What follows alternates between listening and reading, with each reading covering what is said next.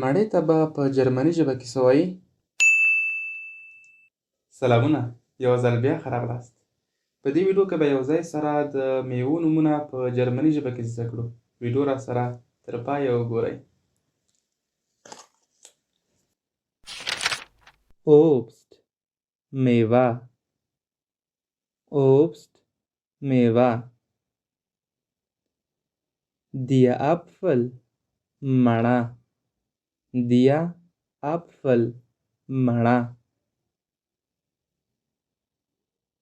Die Banane, کیله. Die Banane, کیله. Die Birne, ناک. Die Birne, ناک. Die Erdbeere, توت زمینی.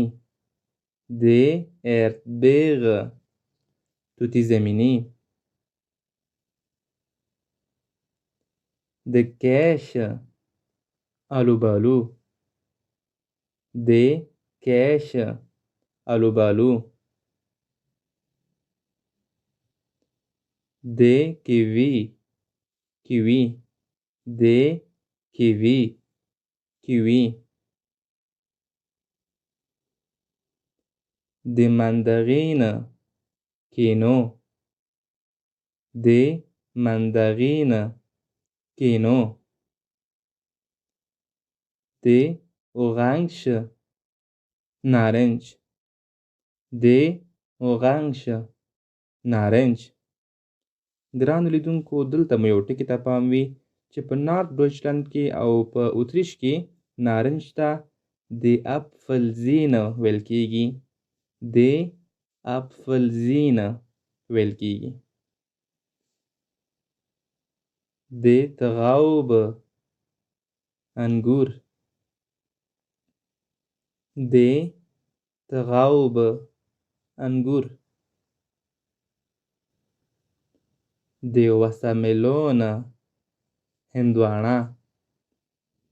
د وساملونه هندواڼه.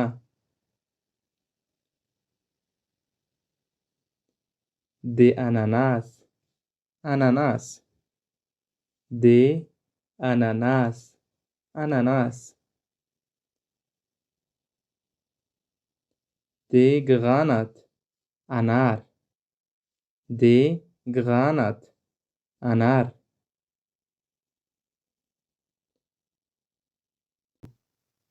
د فلاومه آلو.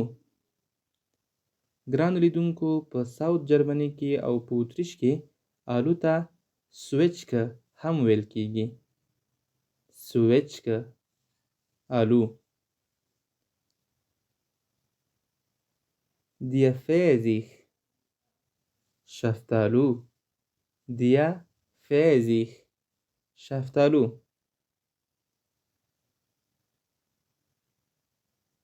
Die Feige, انځر. Die Feige, انځر. ګرانو لیدونکو، دا و په جرمني ژبه کې د ځینو میوو نومونه. له هیره مو ونه باسئ چې دا نومونه زده کړئ، تمرین یې کړئ او په روزمره ژوند کې ورڅخه ګټه واخلئ. له هیره مو ونه باسئ چې ویډیو در سره لایک او شیر کړئ. خپل نظرونه مو راته په کومنټ کې ولیکئ. تر بیا مو په لوی او بخښونکي رب سپارم. Bis bald. Tschüss.